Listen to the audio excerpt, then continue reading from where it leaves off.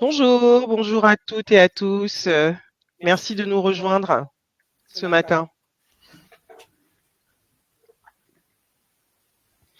Installez-vous confortablement. On attend encore quelques petites minutes, le temps que d'autres personnes nous rejoignent, et puis on essaiera de commencer à l'heure. Si vous pouvez nous dire si vous entendez bien, si le son est bon. N'hésitez pas à nous remonter l'information dans le chat. Bonjour. Ah, super. Merci beaucoup, Anne. Super. Parfait, merci. Bonjour.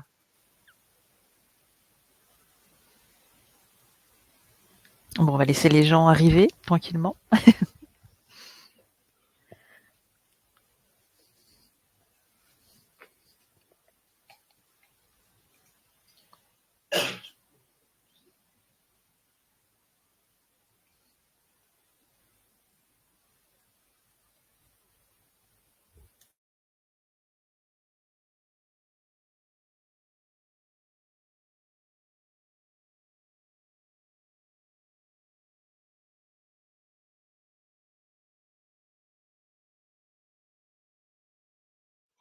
Bonjour à toutes et à tous. Merci de nous rejoindre. On va attendre quelques petites minutes, 1 ou 2 minutes encore, et le temps que tout le monde arrive, et puis on va démarrer ce webinaire.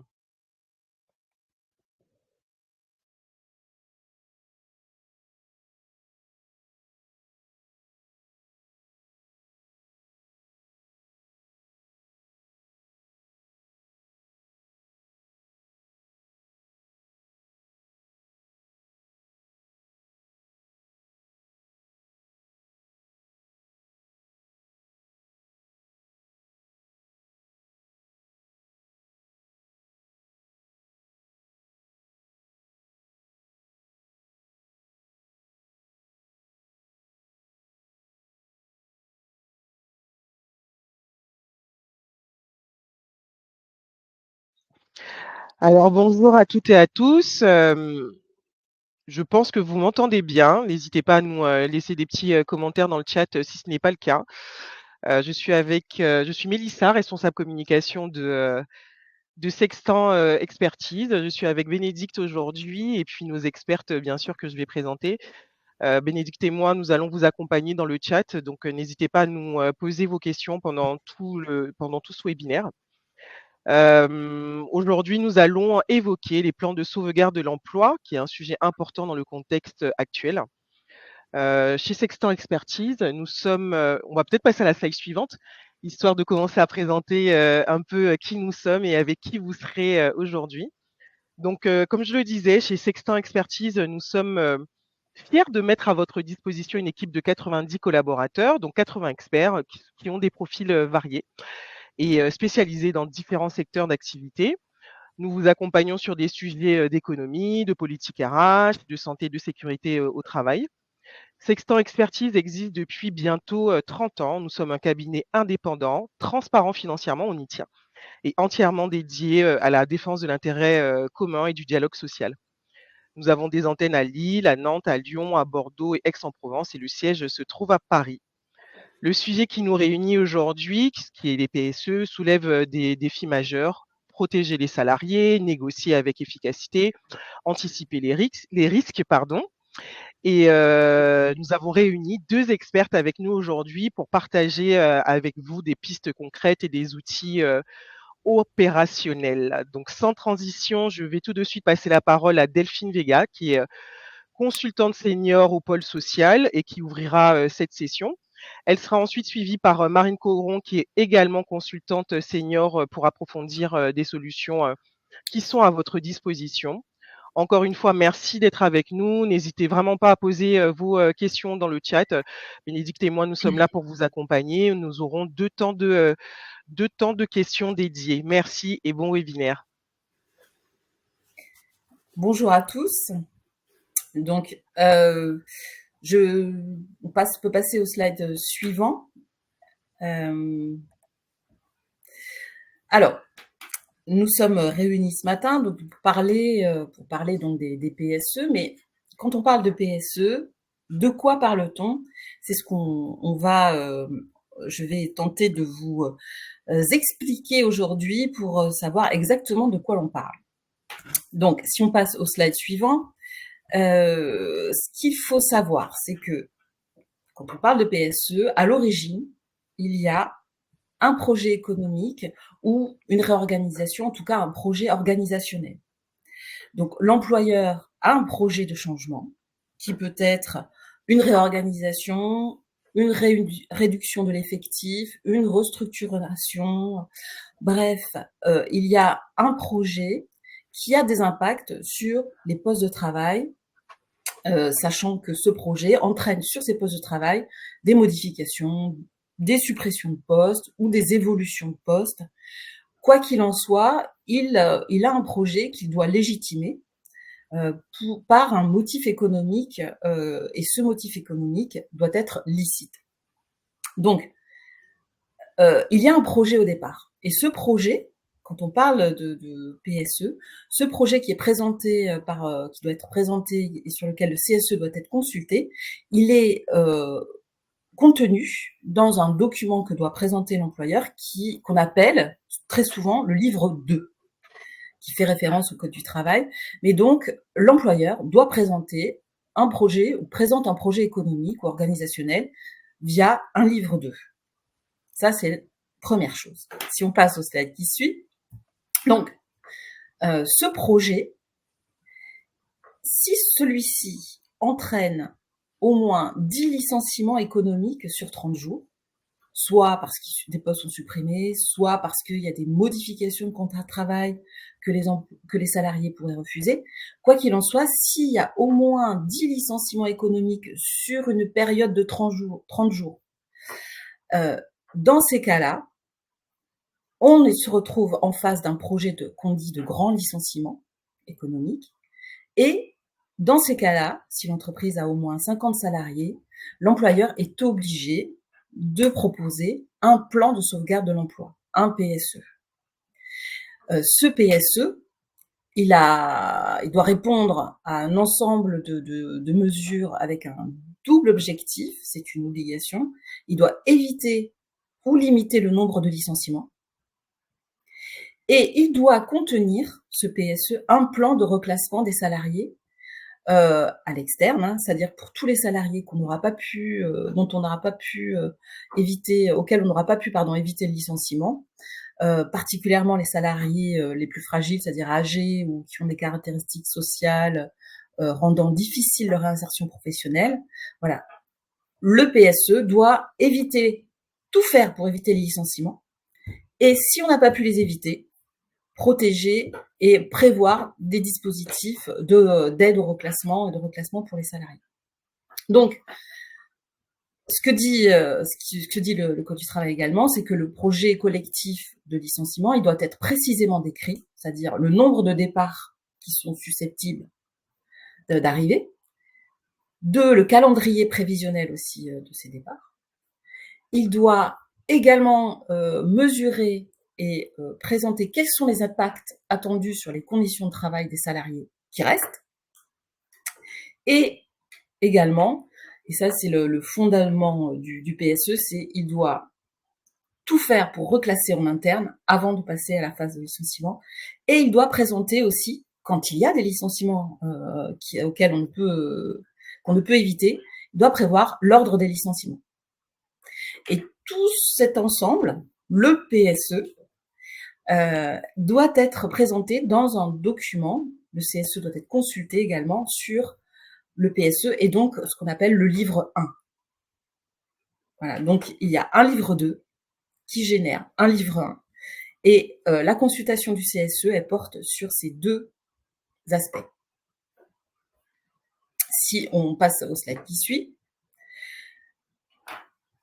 j'ai évoqué l'obligation pour l'employeur de mesurer et de prendre en compte et de prévenir également les impacts sur les conditions de travail des salariés. Et ça, c'est un autre élément qui est indispensable dans le cadre d'une consultation sur un PSE. L'employeur doit présenter également un livre 4, c'est-à-dire un document, ou en tout cas présenter des mesures pour prévenir et protéger la santé physique et mentale des travailleurs qui sont impactés directement ou indirectement par le projet qui est présenté et par les potentiels départs.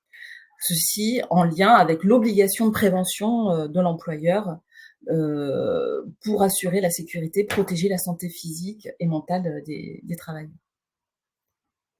Donc ça, on peut passer au slide qui suit.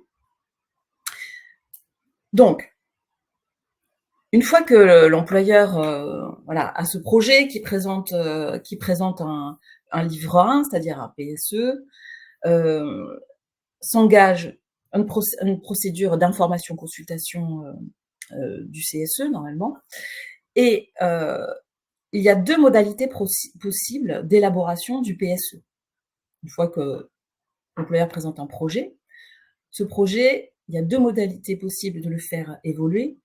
C'est soit par, dans le cadre de la consultation du CSE, du projet. Donc, dans ce cadre-là, on est dans un document unilatéral de l'employeur et le projet de PSE donc, est considéré comme un document unilatéral de l'employeur, ou alors ce projet est soumis à l'accord, à une négociation avec les organisations syndicales et donne lieu à la signature d'un accord.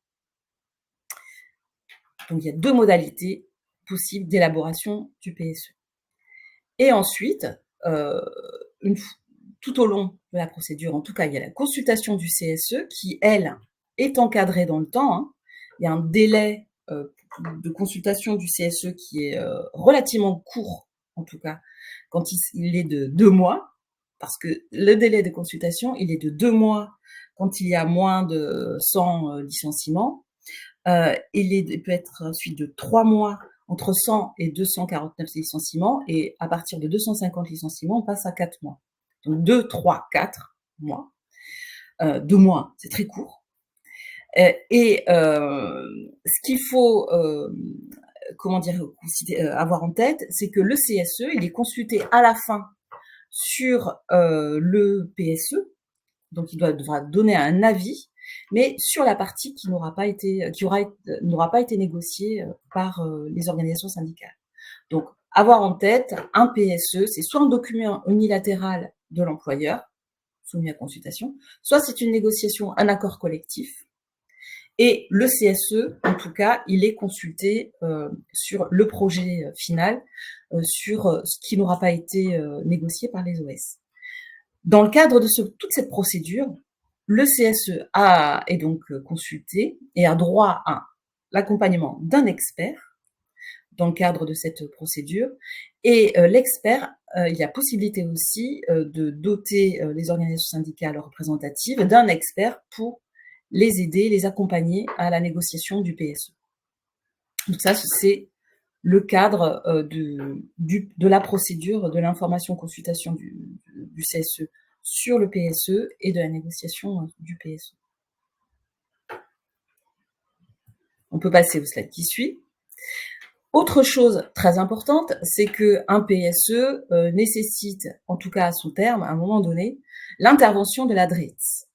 Donc, la DRITS, elle intervient donc pendant l'élaboration du PSE, dans le cadre tout au long de la consultation et de la négociation du PSE, on verra comment un peu plus tard, et à la fin de la consultation, puisque c'est elle qui autorise la mise en œuvre du projet du PSE et son contrôle est plus ou moins important, plus ou moins strict, selon que le PSE a été négocié, c'est-à-dire qu'il donne lieu à un accord, ou s'il s'agit d'un document unilatéral. Elle est beaucoup plus, la DRITS est beaucoup plus exigeante si le projet final est un document unilatéral de l'employeur. S'il y a un accord, son contrôle est beaucoup moins exigeant et beaucoup plus léger. Donc, on le verra, il y a un intérêt pour l'employeur à signer un accord collectif plutôt que de présenter un document unilatéral à la DRITS. On peut passer partie suivante, je laisse la parole à Marine. Merci. Alors, on va aborder ici, donc Delphine vous a présenté rapidement ce que c'est qu'un grand licenciement économique, dans quel cadre on met en place un PSE. Et donc, moi, je vais approfondir donc les principales obligations de l'employeur en matière donc justement du licenciement économique. Tout d'abord, ce qu'il faut avoir en tête, c'est que quand un employeur parle de licenciement économique, le droit français, le droit du travail français exige une cause réelle et sérieuse au licenciement, et un employeur ne peut pas mettre en place de licenciement pour motif économique sans raison valable. Donc ici, ce qu'on appelle une raison valable, ça va être un motif économique et qui n'est pas un motif inhérent à un salarié, d'accord ? Et les motifs économiques qui sont autorisés par le Code du travail sont de l'ordre de 4. L'employeur ne pourra pas déroger à ces motifs. Donc ces 4 motifs admis sont des difficultés économiques. Voilà, l'employeur rencontre d'importantes difficultés économiques qui font que son activité, on va dire, rencontre des problèmes. Le deuxième, c'est une réorganisation nécessaire à la sauvegarde de la compétitivité de l'entreprise. La cessation définitive de l'activité de l'entreprise également est un motif autorisé. Effectivement, si l'employeur décide d'arrêter son activité purement et simplement, par exemple, dans une certaine localité ou en France, eh bien, il rentrera dans les motifs autorisés. Et le dernier motif, ce sont les mutations technologiques.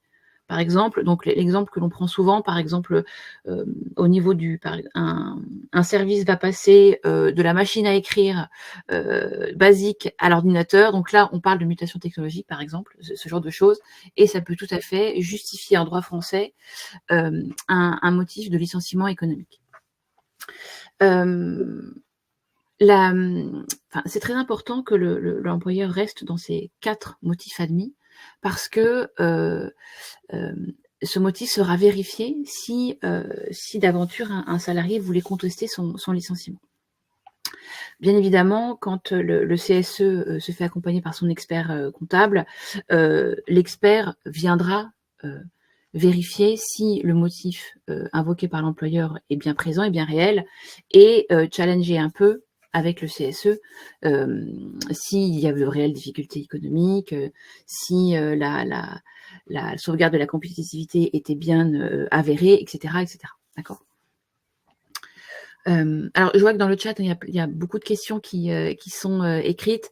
On répondra aux questions tout à l'heure, à la fin de la première partie. Donc, je vous indiquais 4 motifs obligatoires pour motif économique. Ensuite, une obligation à laquelle l'employeur ne peut pas déroger dans le cadre d'un grand licenciement économique avec PSE, c'est ce que Delphine indiquait tout à l'heure, le reclassement interne. En fait, l'employeur doit tout faire pour éviter de licencier pour motif économique. C'est une obligation d'ordre public.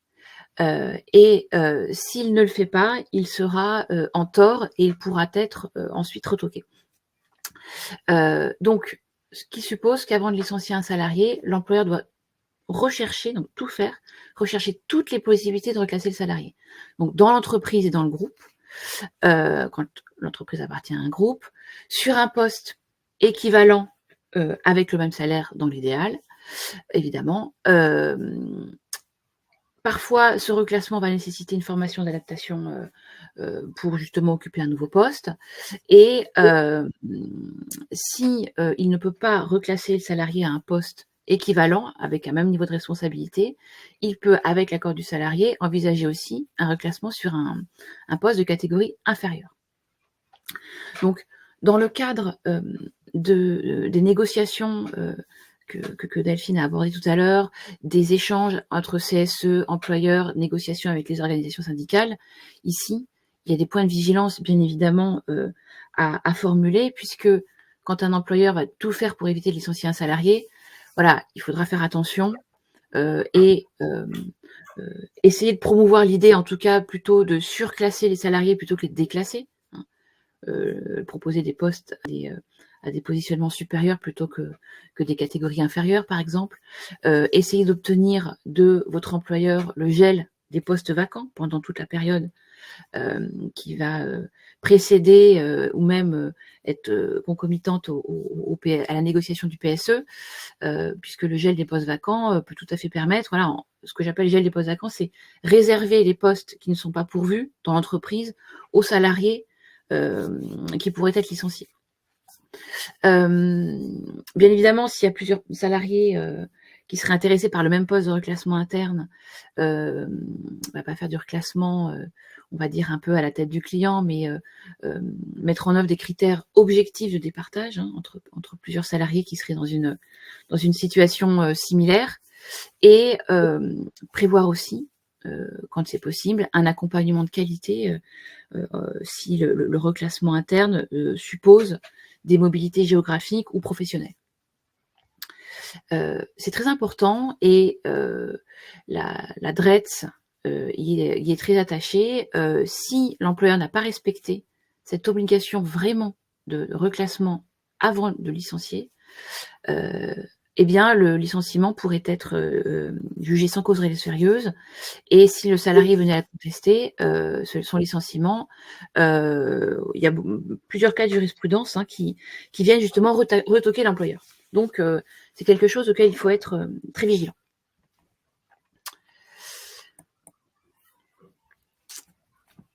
Ensuite, une autre obligation et un grand principe que l'employeur doit respecter est ce qu'on appelle l'ordre de licenciement. Alors, l'ordre de licenciement, c'est un terme un peu barbare. Dans un processus de licenciement économique, dès lors que l'employeur aura décidé des licenciements économiques, c'est pas un tel seront licenciés. Il y a des étapes obligatoires de fonctionnement, et typiquement, l'employeur devra décider qui il va licencier. Comme je vous ai dit tout à l'heure, le licenciement n'est pas inhérent à la personne du salarié. Donc, dans un licenciement économique, on ne licenciera jamais pour faute un salarié. Donc, comment est-ce que l'employeur procède? Il doit rattacher chaque poste qu'il envisage de supprimer à une catégorie professionnelle. Je vais revenir ensuite sur ce que c'est que les catégories professionnelles. Donc, à une catégorie professionnelle, c'est un grand regroupement de salariés. Ensuite, une fois qu'il a identifié tous les salariés qu'il va regrouper dans chaque catégorie professionnelle, par catégorie professionnelle, il va appliquer des critères d'ordre de licenciement, et les salariés qui auront, on va dire, le moins de points en fonction de l'application des critères d'ordre qui auront été décidés, donc les salariés qui auront le moins de points seront au final licenciés. D'accord ? Alors, c'est toujours une étape qui prend beaucoup de temps dans les négociations et dans les échanges avec une direction, entre la direction et les représentants du personnel, parce que c'est vraiment deux points majeurs, c'est vraiment les deux nerfs de la guerre d'un PSE. La définition d'une catégorie professionnelle est toujours, fait toujours l'objet de beaucoup de discussions. Et qui doit-on mettre dans la même catégorie professionnelle? Eh bien, on met les intitulés de fonction qui sont permutables entre elles moyennant une courte formation d'adaptation. Donc, parfois, dans certaines entreprises, les définitions de fonction ou les définitions de mission de certains salariés ne sont pas écrites, peuvent être un petit peu, on va dire, borderline ou bien un peu confuses. Et donc, c'est un gros travail en général avec les directions et les représentants du personnel de faire concorder des intitulés de fonction pour les classer dans des catégories professionnelles créées par la direction. D'accord ? Donc, on en reparlera un petit peu après, bien sûr, de tout ça, mais sachez que on a des catégories professionnelles sur lesquelles on applique des critères d'ordre de licenciement, et au final, et ça c'est quelque chose que beaucoup de salariés ont du mal à appréhender, ce n'est pas forcément le salarié qui occupe un poste supprimé qui sera licencié. D'accord ? Donc, ça c'est un peu un faux ami des licenciements économiques. C'est pas parce que votre poste est supprimé vous serez celui qui sera licencié. D'accord ? Et donc justement, pour ce qui est des critères d'ordre de licenciement, donc pour vous préciser un petit peu, qu'est-ce que des critères d'ordre de licenciement ? Alors, le Code du travail a prévu 4 critères légaux d'ordre de licenciement. Alors, rien n'empêche, dans le cadre d'une négociation, de créer des critères supplémentaires. D'accord ? Dans le cas d'une négociation, les représentants du personnel qui négocient et l'employeur peuvent être un petit peu plus créatifs. Et pour autant, il faut toujours que les 4 critères légaux soient présents. Donc, dans les critères légaux, on a 3 critères sociaux et un critère qui n'est pas un critère social, qui est le critère des qualités professionnelles. Les critères sociaux, ce sont des éléments objectifs qui vont indiquer, si vous voulez, les facteurs de fragilité des salariés sur le marché de l'emploi. Quand on parle de fragilité des salariés en licenciement économique, on parle de fragilité à se reclasser sur le marché de l'emploi. Donc, qu'est-ce qui va être un facteur de fragilité sur le marché de l'emploi ? L'âge et l'ancienneté pas du capitaine, du salarié. Les charges de famille, souvent, on appelle charges de famille qui fragilisent un salarié quand il s'agit d'un parent isolé, par exemple. Toutes caractéristiques donc, qui vont rendre la réinsertion professionnelle plus difficile. On pense à l'âge, au handicap et d'autres éléments de ce genre. Donc ça, ce sont les 3 critères sociaux. Le critère des qualités professionnelles, alors, c'est un critère qui donne un peu plus de liberté à l'employeur et bien souvent, il va être basé sur les évaluations professionnelles qui ont pu être faites l'année précédente ou les 2-3 dernières années. Alors, ce critère peut parfois aussi donner lieu à beaucoup de discussions. Il est moins objectif que les 3 critères sociaux précédents, mais il existe et il est prévu par le Code du travail.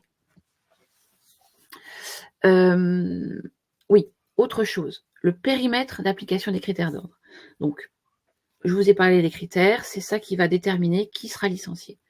Dans certaines entreprises, alors il peut y avoir 4-5 établissements qui ne vont pas être situés dans les mêmes secteurs géographiques. Le plan de licenciement concerne les 4-5 établissements en question. Et il peut tout à fait y avoir des emplois communs dans plusieurs établissements. Par exemple, je vais penser aux assistants, assistantes. Il peut y en avoir dans tous les établissements. Et là, comment est-ce qu'on va déterminer qui sera licencié parmi le pool d'assistants des 4-5 établissements. Donc en fait, là, il y a une sorte de liberté donnée quand les organisations syndicales et la direction concluent un accord. Donc, quand je dis une liberté, c'est-à-dire que dans l'accord collectif, le périmètre d'application des critères d'ordre de licenciement pourra être plus ou moins restreint, d'accord ? Donc, dans mon exemple, si on a 4-5 établissements, l'accord pourrait très bien dire, voilà, les critères d'ordre s'appliqueront pour chaque établissement. Donc, ce sera les assistantes de chaque établissement qui seront visés par les critères. Il pourra y avoir, au final, un licenciement un assistant dans chaque établissement. Voilà, ça, c'est une possibilité quand il y a un accord collectif. Quand il n'y a pas d'accord collectif, les critères d'ordre s'appliqueront au niveau donc de l'entreprise où le périmètre géographique le plus fin, ce sera le plus petit, ce sera le bassin d'emploi défini par l'INSEE. Alors, ça va dépendre des entreprises, bien évidemment, mais ça peut avoir des conséquences importantes et ça peut mettre un peu plus d'incertitude quand il y a négociation ou pas négociation, justement sur l'application de ces critères d'ordre. Bien évidemment, hein, quand vous êtes soumis à ce type de réorganisation et de PSE, vos experts et vos conseils vous aident sur cette application des critères d'ordre et le périmètre d'application.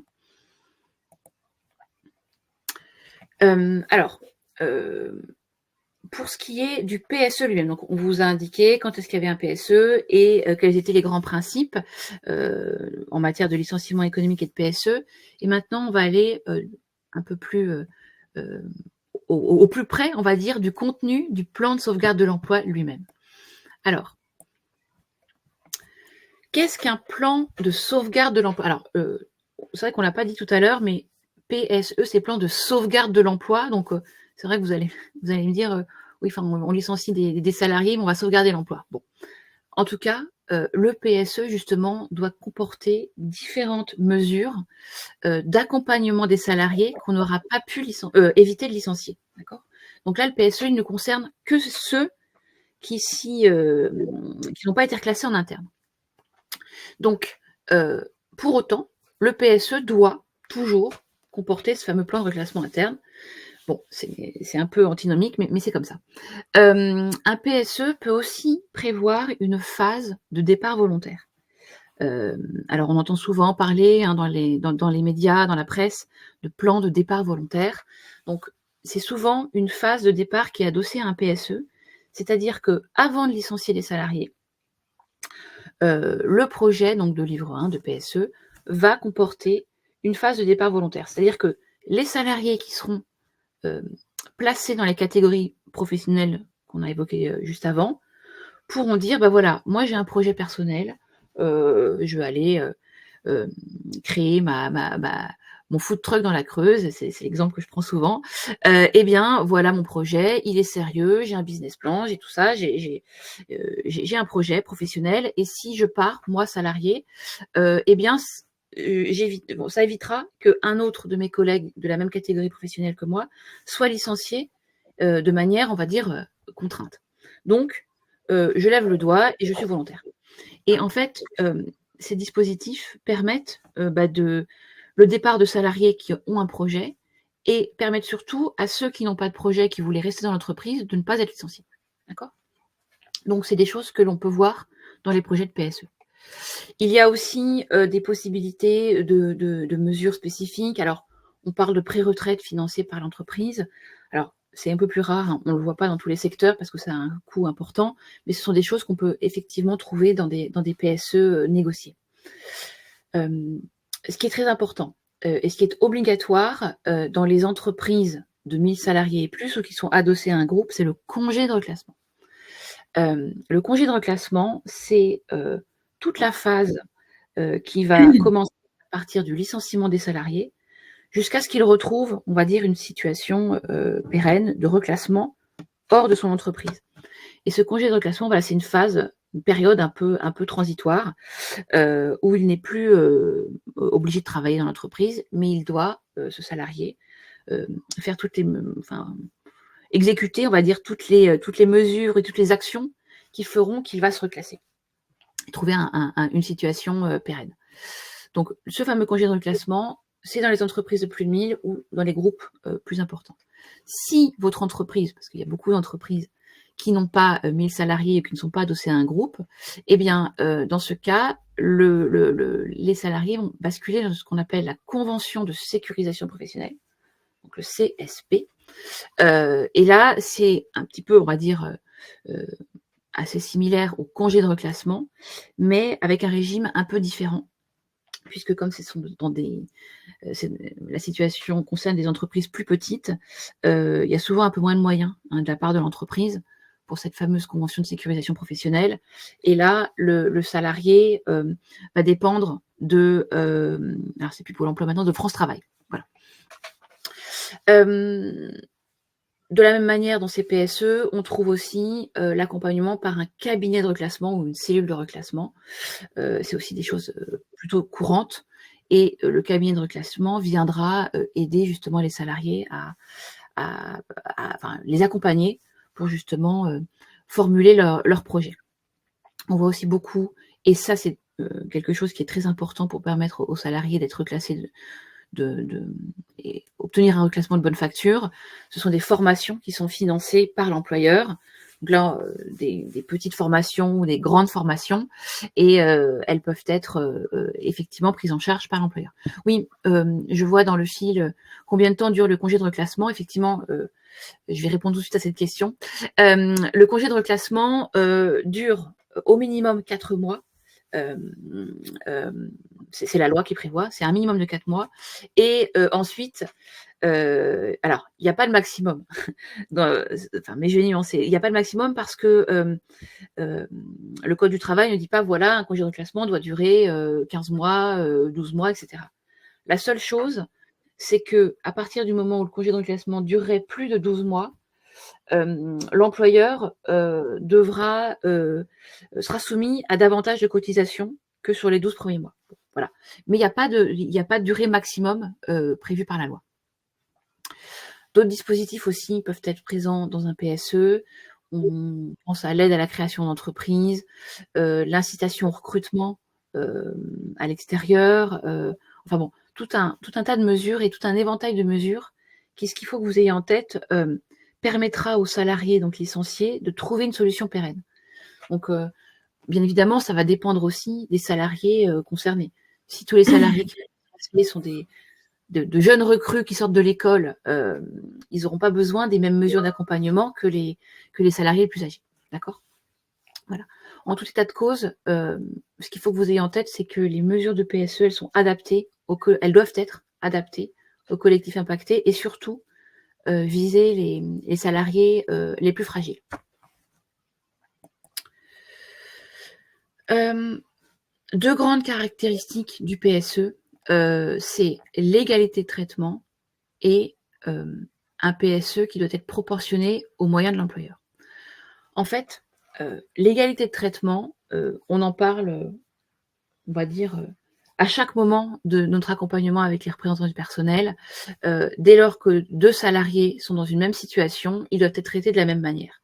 Donc, qu'est-ce qu'on appelle traiter de la même manière ou l'égalité de traitement? C'est que si un employeur applique des différences, elles doivent être justifiées par des raisons objectives, pertinentes, connues à l'avance et vérifiables.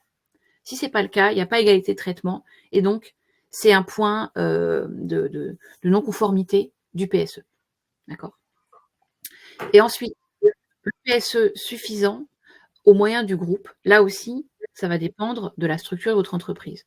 Si vous êtes dans un très gros groupe qui est très profitable et qui génère beaucoup de cash, comme on dit, vous aurez un PSE proportionné aux moyens du groupe, donc qui devra comporter des mesures très ambitieuses et adaptées au marché, enfin à ces moyens de l'employeur. D'accord ? Donc, c'est des choses que l'on doit vérifier, nous, en tant qu'experts, quand on intervient, et que le CSE, pour sa mission, doit aussi vérifier, et que les organisations syndicales, dans le cadre de leurs négociations, doivent aussi vérifier et avoir en tête.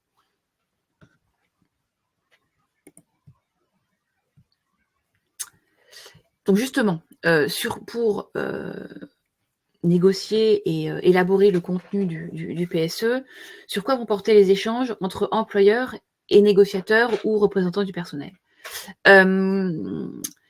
Bien évidemment, puisque, là on va dire, ça synthétise un petit peu tout ce qu'on s'est dit juste précédemment, le CSE, lui, est informé puis consulté sur les raisons économiques du projet, sur le nombre de suppressions de postes, sur les catégories professionnelles, enfin sur tout ce qu'on a abordé tout à l'heure, sur le calendrier prévisionnel des départs, etc. Et les organisations syndicales, elles, vont négocier et travailler sur le contenu du PSE, donc sur tout ce que je vous ai expliqué juste avant. Mais aussi, bien évidemment, les organisations syndicales peuvent agir et discuter sur le nombre de suppressions de postes, sur les catégories professionnelles, sur les critères de licenciement, le calendrier, etc. En fait, le rôle des organisations syndicales représentatives et du CSE sont très complémentaires. Vous allez agir pour les uns et pour les autres sur des thématiques proches, pas forcément sur la même temporalité, mais vous allez être très complémentaires. Et c'est très important, en fait, dans le cadre de ce type de projet.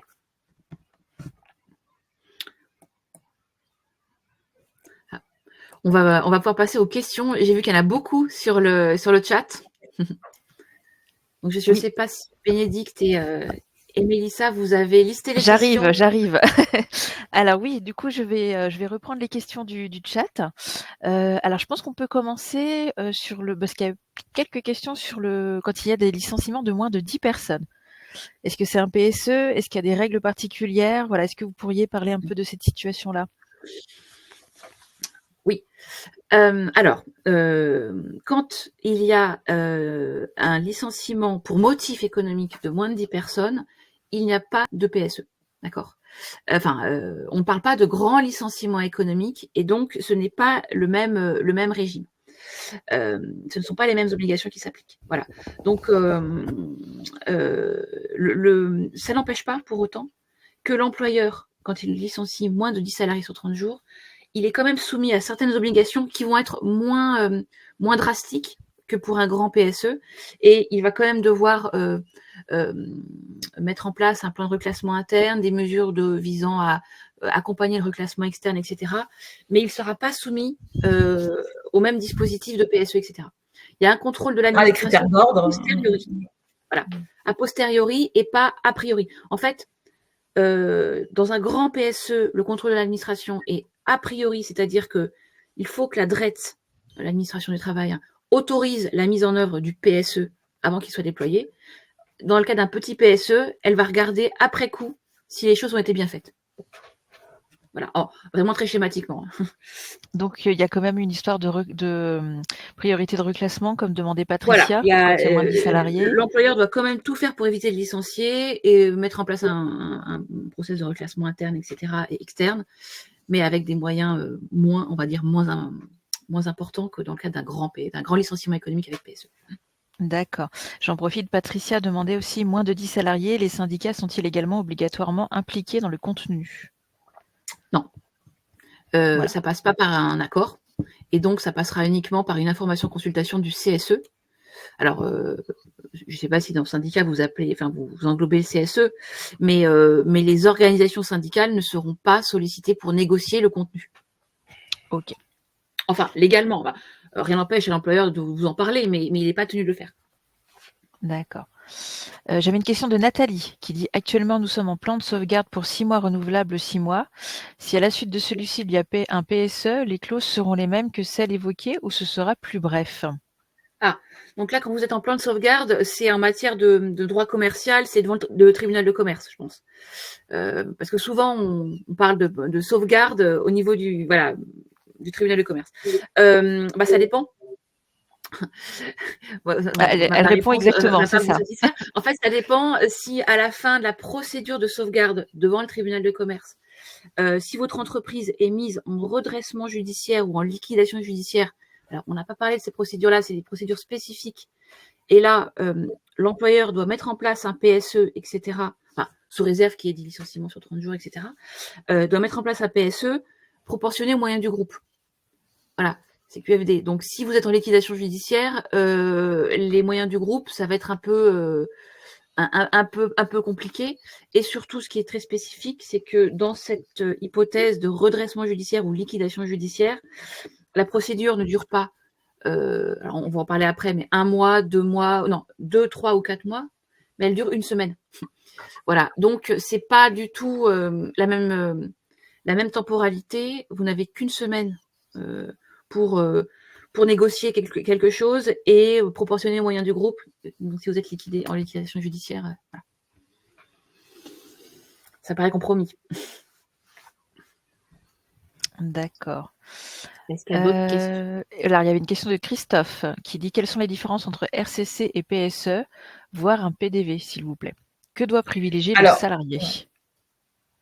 Alors, sur la différence entre un PDV et RCC, alors, là, une RCC, une rupture conventionnelle collective, là, on n'est pas dans le cadre du droit au licenciement économique. En tout cas, on est dans le RCC, ça ne peut être mis en place que par accord collectif. C'est une négociation. C'est des départs volontaires uniquement. Et ce ne sont pas c'est des ruptures amiables contrat de travail. Et surtout, il n'y a pas pour l'employeur d'obligation de motif économique. Il n'y a pas d'obligation donc de reclassement interne. Toutes les obligations liées au licenciement économique en préalable, c'est-à-dire reclassement interne, motif économique, ça n'existe pas avec la RCC. Donc avec une RCC, une rupture conventionnelle collective, c'est un accord, ça ne peut se faire que par accord collectif. Et là, ce sont des départs volontaires et ce ne sont pas des licenciements économiques au sens, voilà, ça ne déclenche pas toutes les obligations que peut avoir un PSE. Il n'y a pas droit à l'expertise non plus. C'est pas un droit à l'expert. Et en tout cas, le contexte et le cadre de mise en œuvre, de déploiement, et il n'y a pas de contrôle. Et il n'y a pas d'injonction et de contrôle tout au long du déroulement par la DREETS. En tout cas, dans le chat, il est indiqué, peut-on s'opposer à une RCC pour faire le lien avec ce que Delphine vient de présenter? Il ne faut pas signer d'accord. Voilà, comme c'est un accord collectif, En fait, qu'il y ait une majorité.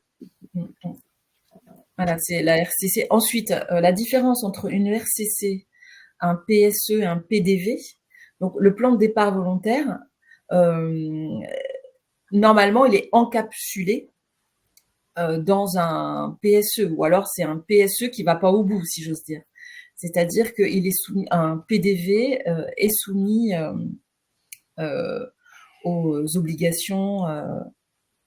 En tout cas, il faut un motif économique pour faire un PDV. Marine, tu souscris à ce que je dis, mais en tout cas, il y a. En fait, ouais, je dirais, il y a 2 types de PDV. Il y a le PDV autonome et le PDV adossé à un PSE. Voilà. Et en fait, tout à l'heure, je vous ai parlé, quand je vous disais qu'est-ce qu'on trouve dans un PSE, je vous ai dit, on pouvait trouver une phase de départ volontaire. Donc là, on serait dans le cas d'un PDV adossé à un PSE. C'est la même règle, c'est les mêmes règles juridiques qu'un PSE. Quand c'est un PDV autonome, là, ce sont les mêmes règles qu'un PSE, mais à la petite différence près, que si il n'y a pas de volontaire au départ, eh bien, les salariés ne sont pas licenciés. Voilà. Donc, il y a un motif économique, c'est les mêmes règles qu'un PSE, sauf que s'il n'y a pas assez de volontaires, les gens ne sont pas licenciés. Donc, c'est quand même la petite différence. Voilà, anecdotique. C'est un PSE qui ne va pas au bout, en fait. Voilà, un PSE qui ne va pas au bout. Voilà. Ok. J'avais une question d'Éric. Donc, au moment où tu parlais du congé de reclassement, il demandait combien de temps dure ce congé. Oui, alors ça, du coup, j'ai vu la question pendant que je parlais et je me suis dit, effectivement, je ne l'ai pas dit, donc j'ai donné la réponse. Donc, c'est au minimum 4 mois et ça peut aller. Alors, ce qu'on voit par expérience, hein, nous, là, typiquement, le dernier PSE que j'accompagnais hier, on avait un congé de reclassement de 12 mois pour tous les salariés, 15 mois pour les salariés de 50 ans et plus, et 18 mois, enfin 50 ans à 54 ans, et 18 mois pour les 55 ans et plus. Voilà. Ça, c'est ma dernière actualité qui date d'hier. Vous voyez. Mais ça peut très bien être dans un dossier, dans une entreprise que je ne citerai pas, mais dans un secteur proche de la santé de la pharmacie. Voilà. On peut voir des congés de reclassement de 24 mois, 36 mois. C'est pas incohérent. Il peut y avoir moins aussi dans des secteurs moins dotés ou moins. Voilà. Ça dépend des moyens du groupe. Voilà. Donc, il peut y avoir des congés de reclassement. Oui, et aussi de la capacité et du talent des organisations syndicales à négocier. si vous êtes très bon négociateur dans une entreprise qui a de très gros moyens, votre expert vous aura dit qu'il y a de très gros moyens, bien évidemment, vous allez certainement réussir à négocier et obtenir un congé de reclassement peut-être de 18-24 mois. Voilà. Ou 36 mois. Après, c'est vrai que il est très fréquent que le congé de reclassement, sa durée soit liée aussi à l'âge, par exemple, des salariés, seniors qui mettent plus de temps pour se reclasser et pour trouver un emploi. Le congé de reclassement peut être plus long pour certaines catégories de salariés, par exemple. C'est possible. Oui, tout à fait. Okay. Donc, la réponse, c'est ça dépend. ça dépend de beaucoup de choses. Alors, tu as peut-être répondu aussi à Sophie qui demandait un employeur peut-il demander à un salarié de financer sa formation par son CPF? Alors, l'employeur parlait des formations. Ouais. Alors, l'employeur peut demander, hein, il peut toujours demander. Nous, ce qu'on conseille dans le cadre d'un PSE, hein, souvent, ça va dépendre aussi des moyens de l'entreprise, mais dans le cadre d'un PSE, nous, on conseille que les frais pédagogiques des formations, les coûts pédagogiques des formations, soient pris en charge au maximum par l'employeur. D'accord ? C'est pas le premier argument qu'on va indiquer aux représentants du personnel en disant bah voilà, les salariés pourront aussi utiliser leur CPF, donc vous pouvez peut-être diminuer la prise en charge. Bon. l'objectif, c'est que l'employeur prenne en charge le maximum de la formation. Et si, dans le cadre du PSE, les négociateurs, etc., où c'était compliqué d'obtenir mieux, le salarié pourra compléter avec son CPF, mais c'est pas le premier objectif. Ça, c'est clair. Ok. Je pense qu'Iman pose cette question dans ce contexte. Elle demande ce que ça peut être pris en compte par le budget de fonctionnement. Je pense Du du CSE? CSE, du coup. Ouais. Non. Je pense que c'était ce qu'elle voulait dire. Elle me confirmera. Je les conseille. Payez-vous un avocat avec votre budget de fonctionnement plutôt que payer la formation des salariés. Non, non. Là, pour le coup, on déconseille. Là, vraiment, c'est pas au CSE de financer le PSE. C'est à l'employeur de financer les mesures de PSE. Ok. Question de Karine, donc elle parlait de la slide 16 qui parlait du PSE équitable et suffisant de mémoire. Elle demande qui détermine et juge que les raisons sont bien objectives et pertinentes. Eh bien, les négociateurs. En fait, les personnes, donc l'employeur et les négociateurs, etc., voire même le CSE, hein, vous pouvez tout à fait échanger. Voilà. Qu'est-ce qu'un critère objectif pour indiquer qu'il y a égalité de traitement? Donc, est-ce que, par exemple, le salarié qui a 55 ans et celui qui a 30 ans, est-ce qu'ils sont dans la même situation?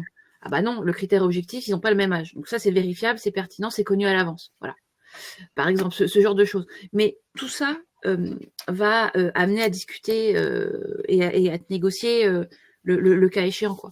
Voilà. Oui, il n'y a pas de contrôle par une institution extérieure. Alors, justement, la DRET va s'assurer que l'égalité de traitement a été bien respectée. Ouais, donc, voilà. Ok.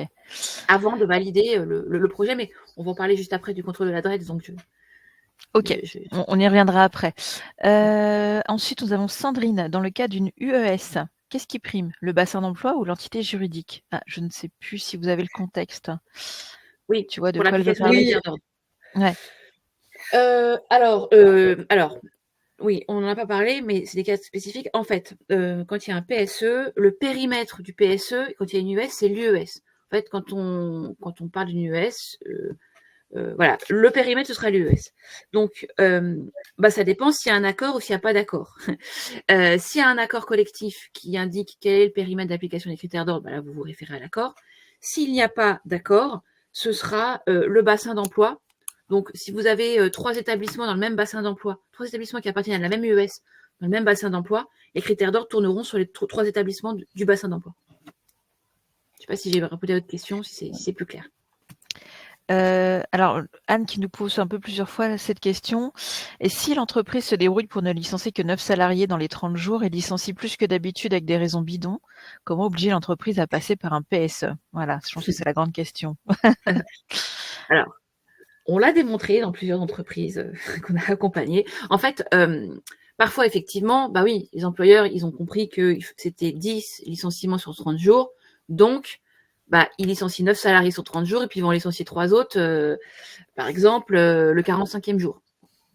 Alors, la jurisprudence a prévu ces cas d'espèce, puisqu'il y a des employeurs créatifs. Et en fait, alors, on ne vous l'a pas détaillé, mais il y a des exceptions aux 30 jours et aux 10 licenciements sur 30 jours. Il y a, alors de mémoire, 18 licenciements sur 3 mois. Et ensuite, il y a aussi tout un tas d'autres critères qui étaient un peu compliqués à détailler. Mais si il y a sur cette fameuse période de 3 mois, 18 licenciements, le premier licenciement qui suit au début du mois suivant sera considéré comme devant impliquer l'application justement de toutes les règles qu'on vous a données de grands licenciements économiques. Donc en général, on regarde toujours ces situations-là et quand on a nos représentants du personnel et les CSE qui nous sollicitent, on regarde ça et on le regarde plus en détail. Donc ça, faut pas hésiter à le dire à vos experts ou à vos avocats. Et d'où l'intérêt de suivre aussi régulièrement dans vos réunions mensuelles les mouvements d'entrée de sortie, et de regarder un peu s'il y a beaucoup de licenciements, s'il y a des licenciements économiques ou même voire des ruptures conventionnelles aussi d'ailleurs. Mais il y a une jurisprudence, oui. La jurisprudence, alors c'est connu, c'était en cours de cassation, etc., la jurisprudence Capgemini de 2011, voilà, qui intègre aussi les ruptures conventionnelles pour motif économique. En fait, quand il y a des ruptures conventionnelles qui n'ont pas été remplacées, par exemple, ou des licenciements pour refus de mobilité géographique qui n'ont pas été remplacés dans un contexte de difficultés économiques, etc., ça a été retoqué, ça a été considéré comme devant impliquer l'application des règles du licenciement économique. Donc tout ça, on le regarde, bien évidemment, mais c'est des situations un peu spécifiques. Ok. Il y a une question sur qui paie l'expert. Voilà, j'allais venir dessus. C'est l'employeur qui paye. Très important. Qui a à sa charge le paiement de l'expert choisi par le CSE et pour accompagner les organisations syndicales, c'est le cas. En tout cas, c'est l'employeur qui paye. Prise en charge 100%. Oui. 100% dans le cadre d'un PSE, licenciement éco, tout à fait. Ok, alors dernière chose, c'est plus une remarque de Hélène qui nous dit si l'employeur ne présente pas de projet de PSE mais propose le reclassement dans d'autres entités du groupe aux salariés, du coup le CSE n'est pas consulté et en plus on ne peut pas négocier. Oui, alors ça c'est comment dire. La question est, est-ce que ces propositions de mobilité, ces propositions soit géographiques, soit fonctionnelles, soit professionnelles, mobilité, changer de poste, est-ce que ça nécessitera un avenant au contrat de travail? Est-ce que ça implique une modification substantielle du contrat de travail? Et dans ces cas-là, on peut considérer que le salarié peut refuser, hein. Et s'il refuse, il pourrait être licencié économique. Voilà, ça pourrait justifier l'ouverture d'une procédure de grand licenciement, s'il y en a plus de 10. Mais ça, voilà, il faut regarder effectivement si l'employeur s'engage à ne pas licencier au bout du bout, quoi qu'il arrive, d'accord. Mais s'il n'y a pas d'engagement sur le fait que il ne licenciera pas pour motif économique ceux qui refuseraient la modification du contrat de travail, là, les choses sont différentes. Je ne sais pas si j'ai répondu à la question. Ouais, c'était plus une remarque, donc bon. Je pense qu'on va reprendre et si les personnes n'ont pas eu de réponse à la suite de la deuxième partie, n'hésitez pas à reposer votre question dans le chat. Voilà, je vous laisse la main. Alors, sur les principaux leviers que peuvent mobiliser les représentants du personnel dans le cadre d'un PSE. Merci Marine de piloter les slides parce que j'ai... Donc, tout d'abord, une des premières choses à avoir en tête dans le cas d'un PSE, c'est que l'employeur a tout intérêt à négocier un accord.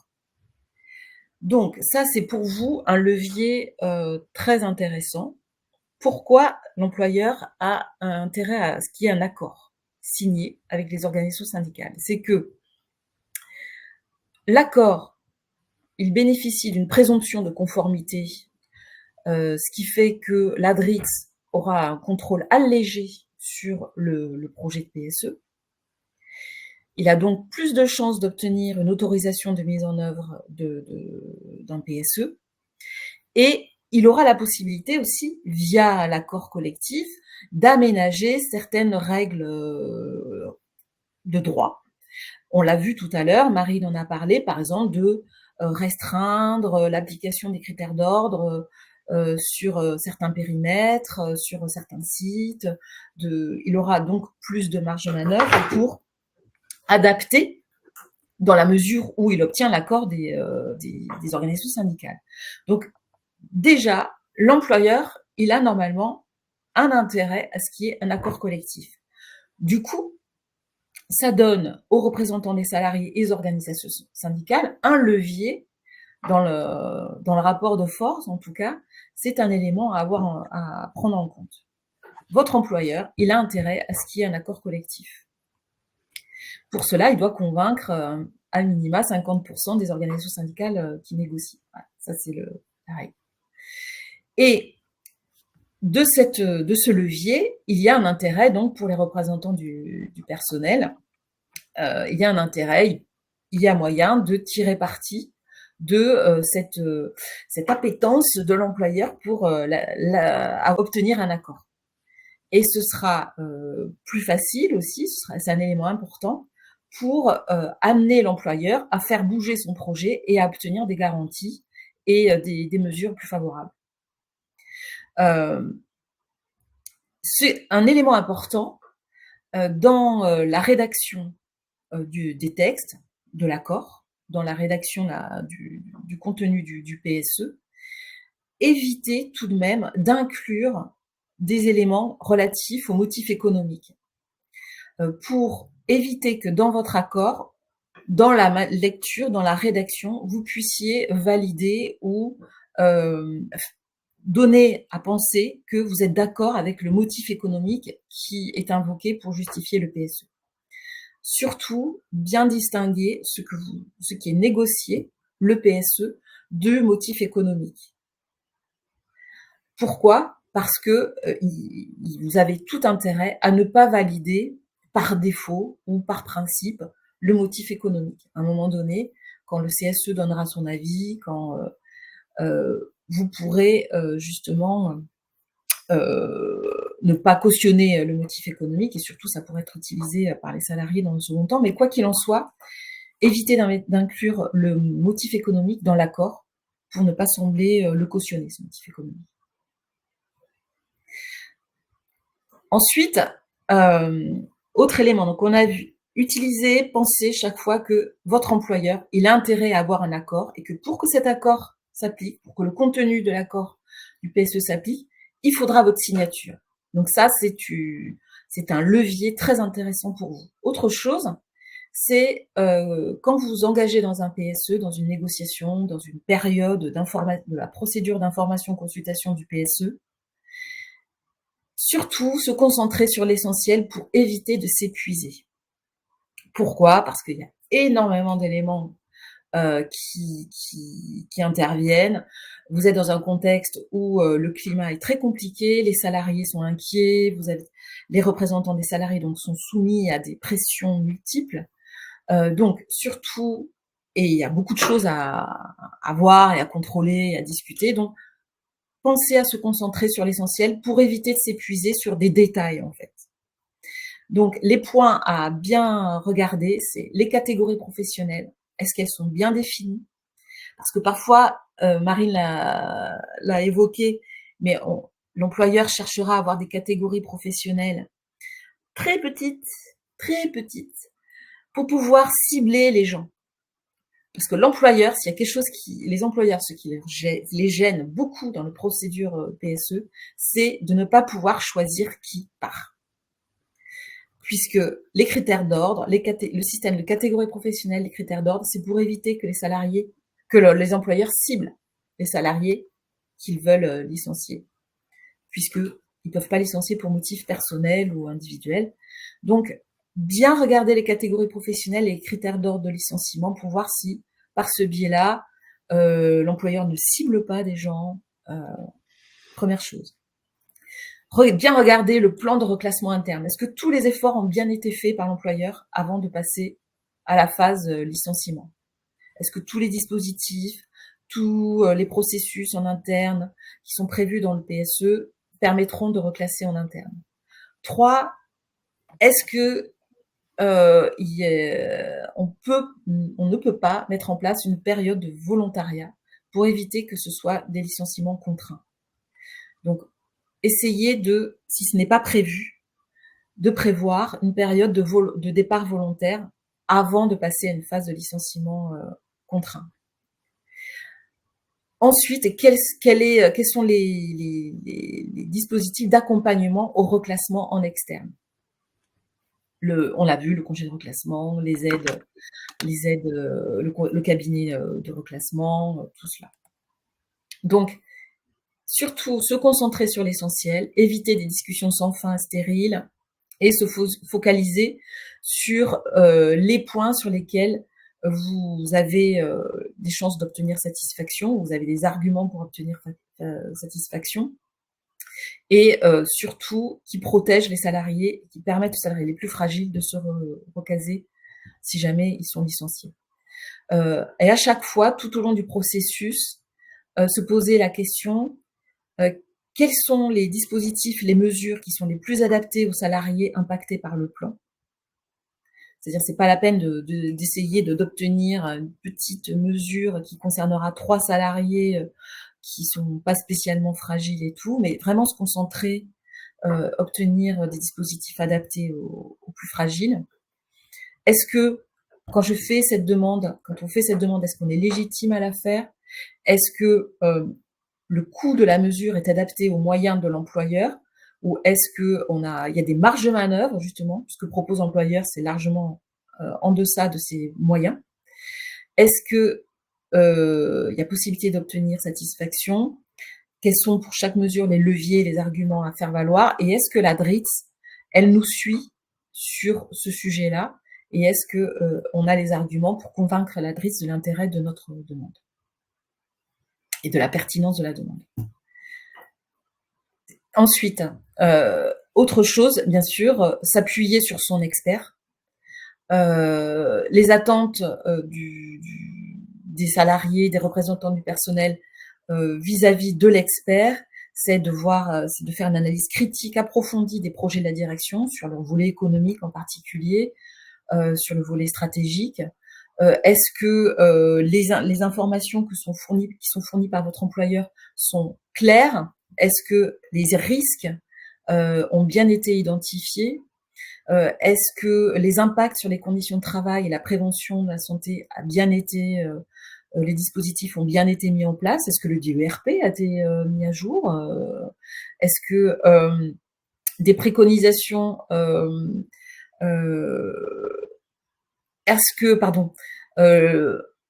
votre expert vous fournit bien un accompagnement sur mesure tout au long de la procédure? En tout cas, c'est ce que vous êtes en droit d'attendre de votre expert.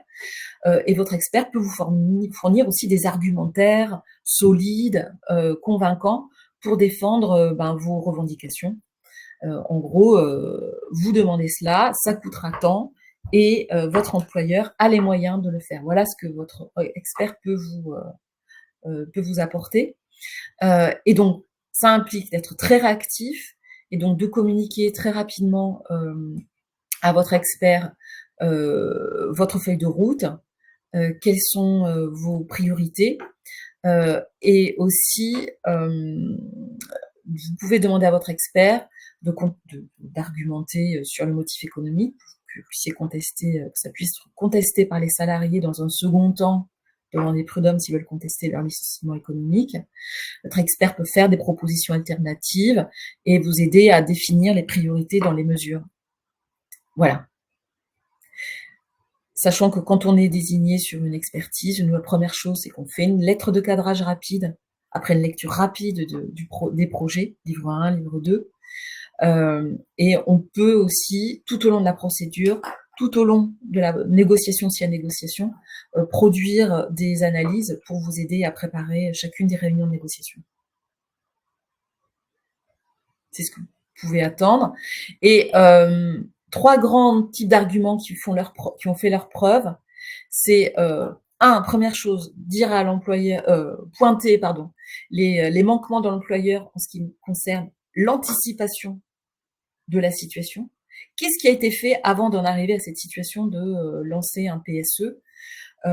Donc, montrer et éclairer et regarder quelles sont les choses qui n'ont pas été faites en amont pour éviter d'en arriver à un PSE, en termes d'efforts de formation, en termes de manque d'anticipation.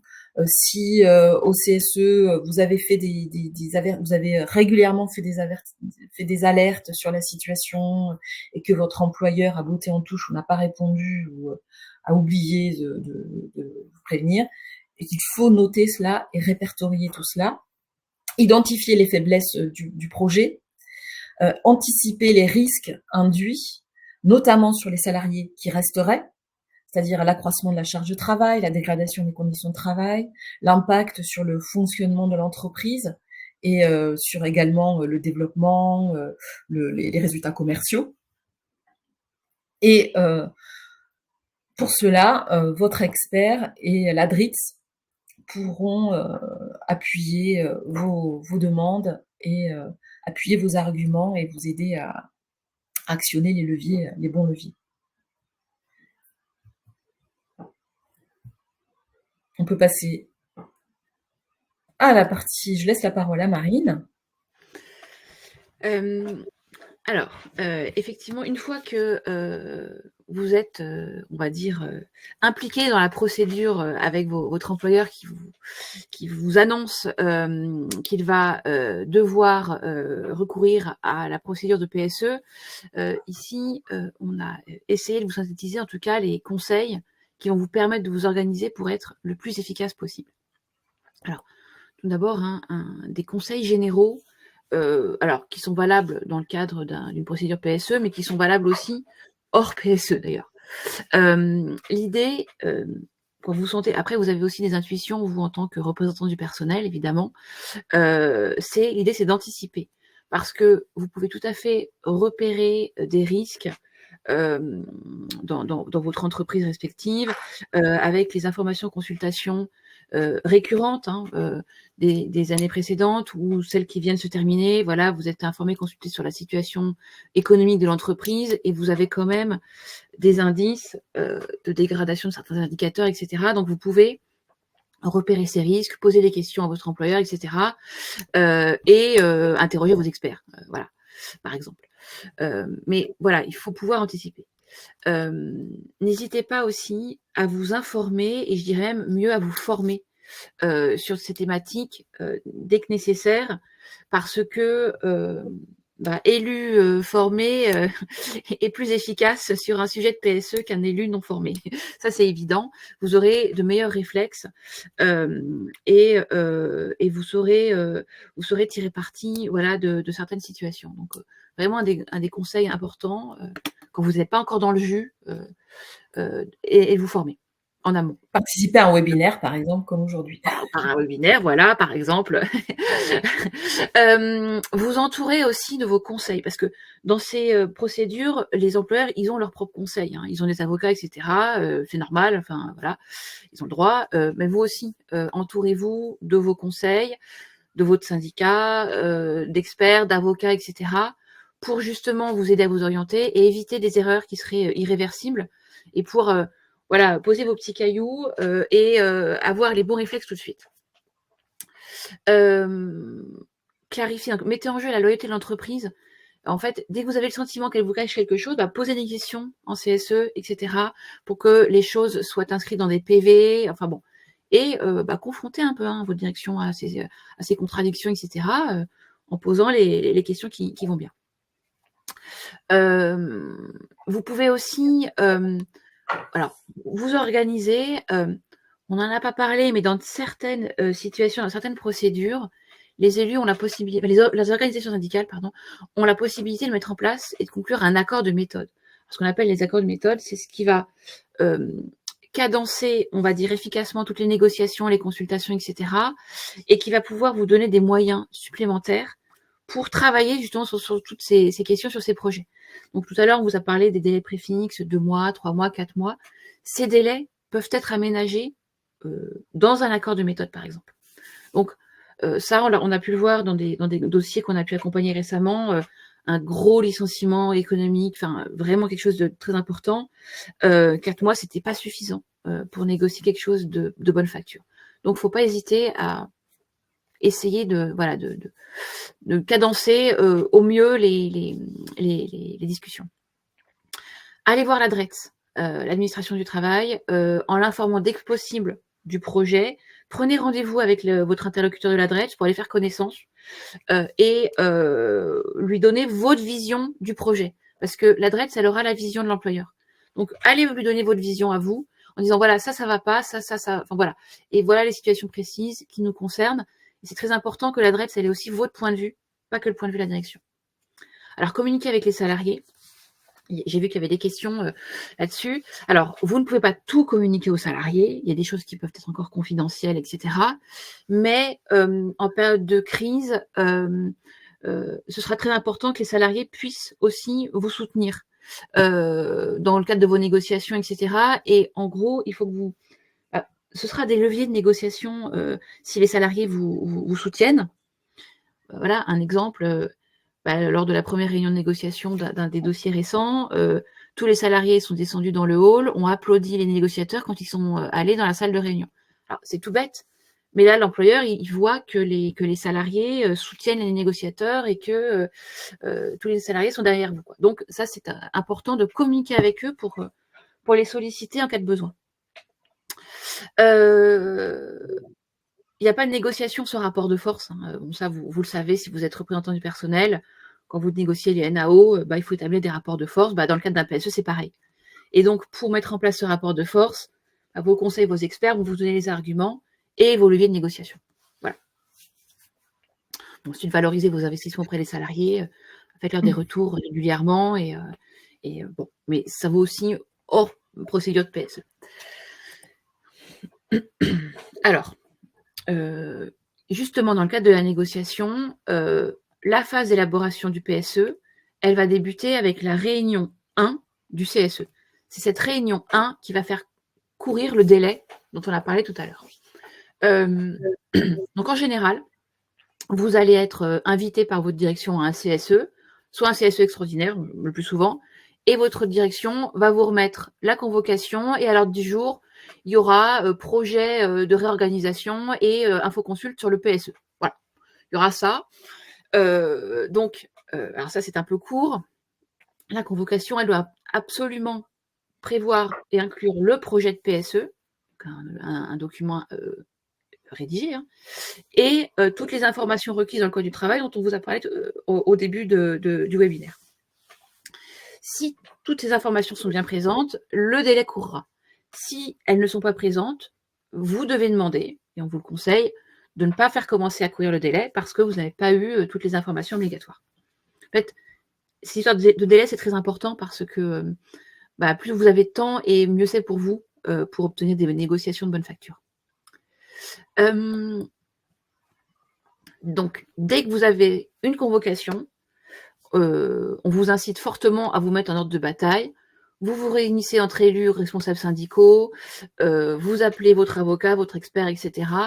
Et très vite, il va falloir faire une première lecture critique des documents qui vous ont été envoyés. Déjà, est-ce que tous les documents obligatoires sont bien présents et leur contenu, est-ce qu'il est conforme aux obligations de l'employeur? En fonction du projet qui va vous être proposé, définir des grandes lignes de votre stratégie, préciser vos objectifs majeurs, les enjeux principaux, bien sûr. Et quand il y a, et c'est quasiment tout le temps le cas, une information, consultation du CSE et une négociation des organisations syndicales pour le contenu du PSE, bien vous organiser pour articuler justement les deux process.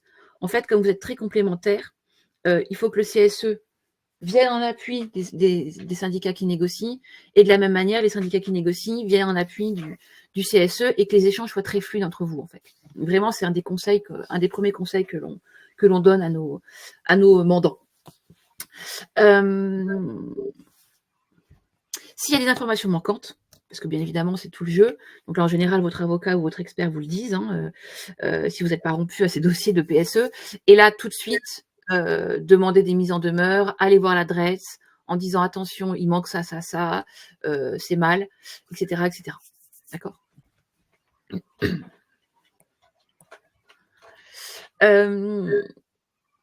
Les informations obligatoires, alors on en a parlé tout à l'heure, je ne vais pas forcément trop revenir dessus, mais si vous n'avez pas ces informations obligatoires, le délai ne pourra pas courir.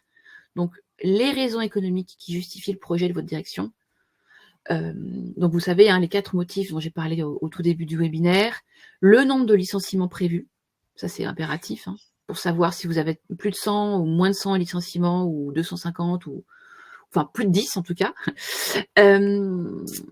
Donc les effectifs de l'entreprise, le calendrier prévisionnel des licenciements. Parfois on a des projets à étapes. Il va y avoir 10 licenciements en 2025, 30 licenciements en 2026, etc. Donc tout ça doit être prévu dans le projet de votre employeur et les mesures d'ordre économique envisagées, etc. Donc ça, c'est le code du travail qui fixe ces informations. Elles doivent figurer dans votre convocation, etc. Si ce n'est pas le cas, faites appel à votre expert, à votre avocat. Là, je viens de le dire. Donc, effectivement, en fait, pour vous mettre en ordre de marche, on incite vraiment à contacter vos conseils parce que ça vous prémunira contre des contentieux peut-être un peu longs et surtout, ça va vous aider à établir le rapport de force dont Delphine parlait tout à l'heure dans le cadre de la négociation.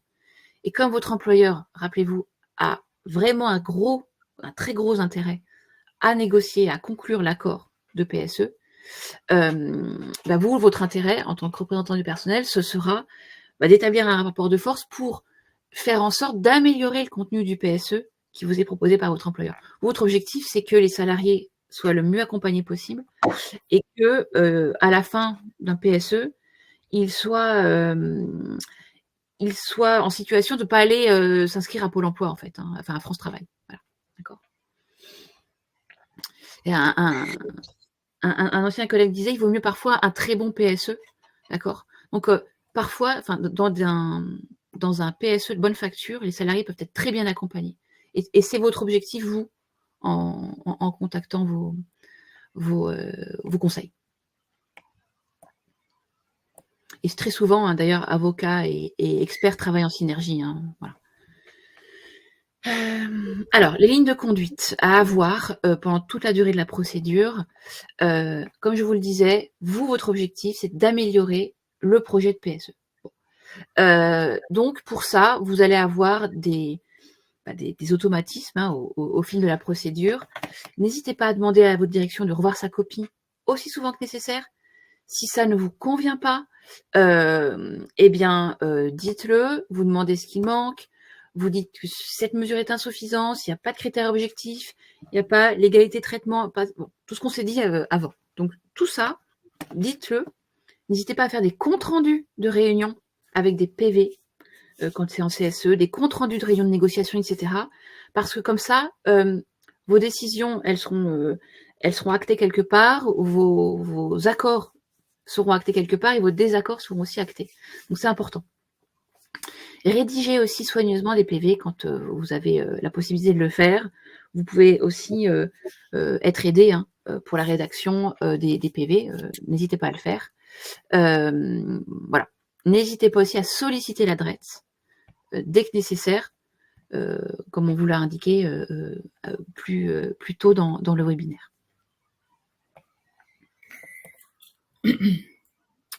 Voilà, on a terminé la présentation des slides et on va pouvoir prendre des questions.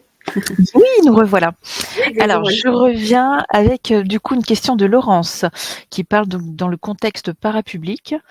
Dans le cas d'une baisse drastique du budget qui nécessite des licenciements, comment l'employeur peut mettre en place un PSE sans moyens? Si c'est un peu trop pointu, on peut lui demander de revenir. Bonne question. Non, ça va. Ce sera un PSE. Si votre employeur, alors parapublic, ça peut être un peu spécifique, etc. Mais si votre employeur répond bien aux critères de grand licenciement économique, etc., qu'on a abordé tout à l'heure, mais c'est un service public avec délégation, etc., privé, ça peut rentrer dans le droit du PSE. S'il n'y a pas de moyen, ce sera un PSE à minima, qui doit respecter les obligations légales de durée de congé de reclassement au minima de 4 mois, etc., etc. Mais effectivement, si votre expert n'arrive pas à démontrer que vous avez des moyens très ambitieux pour faire un PSE très ambitieux, le PSE devra être fait, mais il sera moins ambitieux. Il y a moins de marge de négociation, quoi. C'est ça. C'est dans ces cas-là que quand il y a peu de moyens, si on peut dire, c'est là que justement prévoir une période de départ volontaire, c'est-à-dire que à la limite, pour que les partants partent déjà ceux qui ont un projet, voilà, soit pas forcément. Donc c'est là qu'on pourrait dire que la notion de départ volontaire, accompagnée avec une aide, une incitation entre guillemets, enfin pas une incitation, mais une aide. Si ça peut libérer la place pour éviter que ce soit des départs contraints et là peu accompagnés, mal accompagnés. Par exemple, c'est un conseil qu'on pourrait proposer. Mais comme le dit Marine, il n'y a pas de... voilà, c'est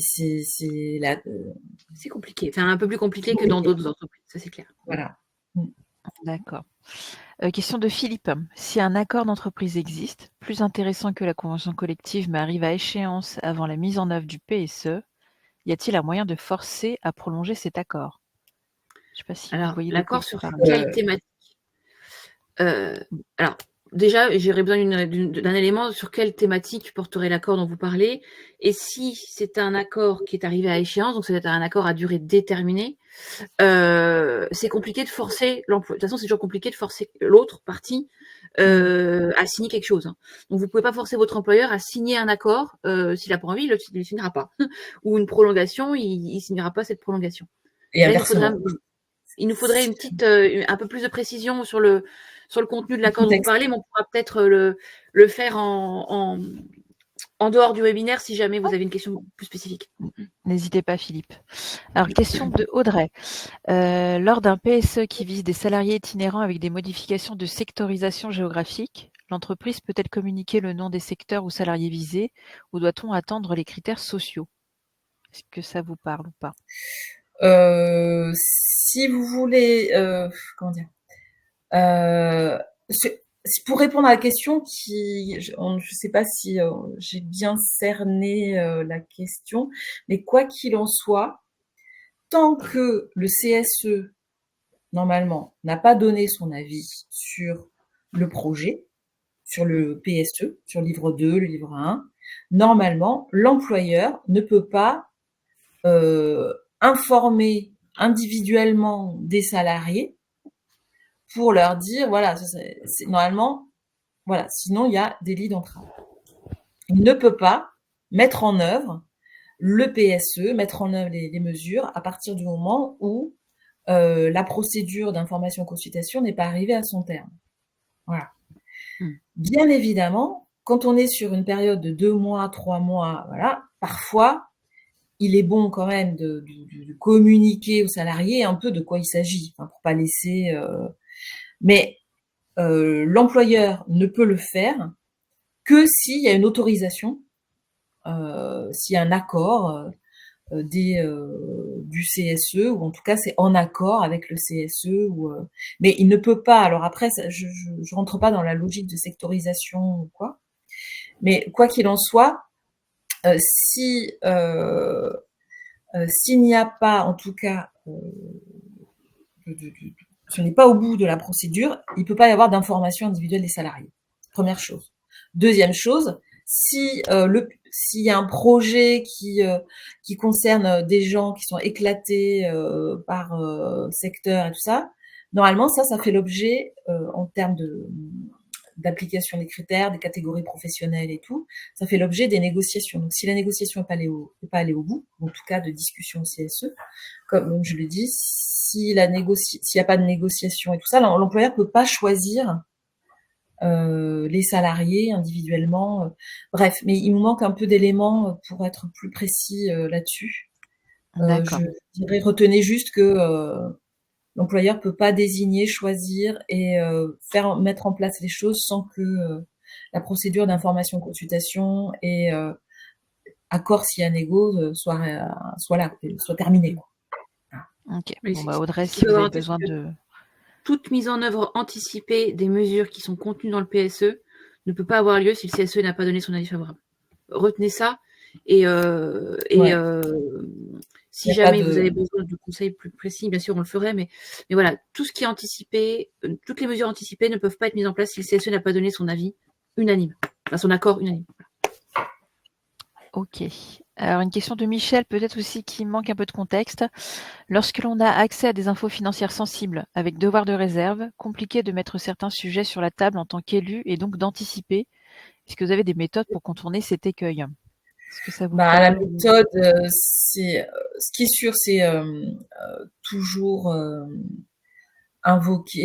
solliciter les informations de votre direction en réunion de CSE et il y a une occasion aussi, c'est l'information consultation sur la situation économique et financière, ou alors l'information consultation du CSE sur les orientations stratégiques. À cette occasion, vous êtes en droit de disposer d'informations vous permettant d'éclairer et de formuler un avis. Et vous pouvez aussi faire appel à un expert un expert qui lui a accès à des informations au même titre qu'un commissaire aux comptes et peut vous éclairer sur la situation économique et les risques éventuels qui seraient associés. Mais ça, c'est un premier conseil. Et il y a 2 temps d'information consultation du CSE qu'il faut utiliser à plein pour ça. Ok. Question de Anne au sujet de la communication avec les salariés. Dans le cadre d'une entreprise avec des salariés éparpillés partout en France, par quel biais contacter les salariés? Le peut-on via une newsletter CSE sur les boîtes mail pro? Alors, il y a beaucoup de questions. C'est une question à tiroir. Ouais. Alors, ça dépend. Vous allez me dire, elle est pénible, cette juriste, elle répond toujours ça Rien dépend. n'est simple. En fait, alors, est-ce qu'il y a un accord de fonctionnement de droit syndical dans votre entreprise? Première chose. Si c'est le cas, il faut aller regarder ce qu'il y a dedans. Si c'est pas le cas, vous pouvez toujours demander à ouvrir une négociation sur cette thématique à votre employeur. Bon. Ensuite, ça dépend aussi des usages. Alors, c'est pas toujours autorisé de communiquer, que le CSE communique par les boîtes mail pro des salariés. Vraiment, vous allez dire, elle dit tout le temps ça dépend, mais ça dépend vraiment des accords de votre entreprise, si la convention collective dit des choses, etc. D'accord? S'il n'y a rien, vous n'êtes pas censé communiquer par la boîte professionnelle, ou en tout cas sans l'accord écrit de votre direction, je vous déconseille de le faire.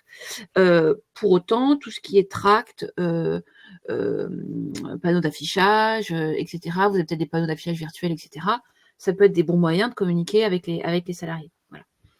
Après, vous pouvez, en tant que CSE, et c'est vrai que quand on est dans un contexte de PSE, ça peut être intéressant, le CSE peut créer un site internet.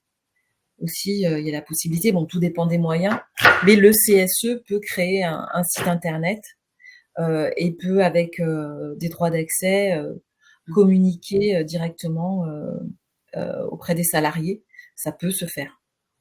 Je pense que ça rejoint ce que dit Anne, les boîtes mail perso communiquées par les salariés eux-mêmes lors de leur inscription sur le site du CSE. Voilà. Oui, c'est ça. Oui, vous pouvez communiquer. Bah oui, vous pouvez communiquer là. Oui. Ils l'ont donné Et eux-mêmes. il y a une Donc, intervention juste avant sur le chat, Marie-Hélène, qui indique que votre conseil vous a indiqué que si vous avez l'habitude d'envoyer des communications sur les boîtes pro, vous pouvez le faire pour le CSE.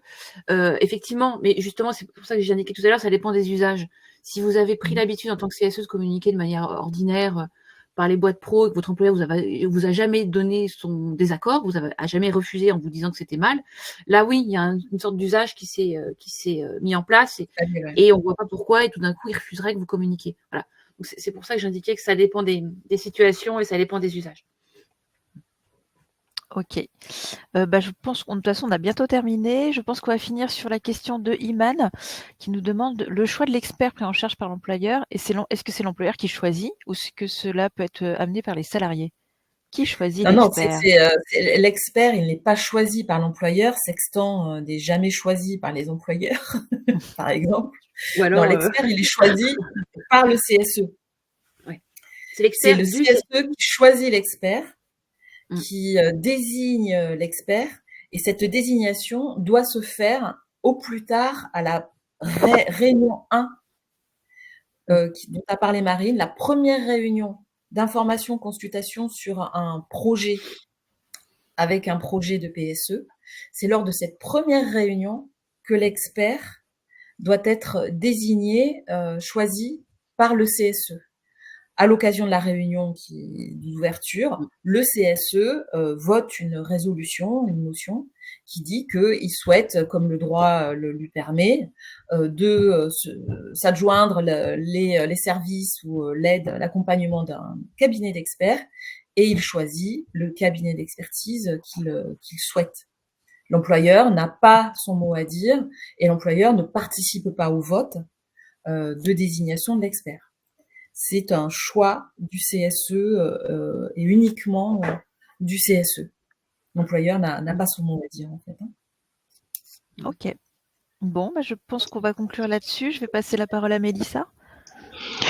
Merci beaucoup à toutes et à tous d'avoir participé à cette session autour des PSE. Merci beaucoup à Marine et à Delphine pour leurs éclairages et leurs propos très précis.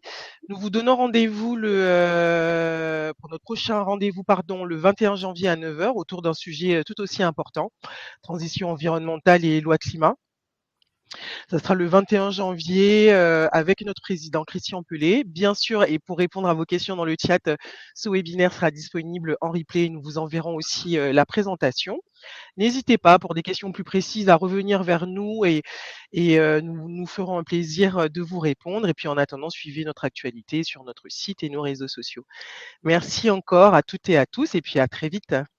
Merci Bénédicte aussi Merci pour à vous. la Merci à modération vous. du chat et les questions. Merci. Merci à tous et à toutes. Merci à tous. Bonne journée. Bonne journée.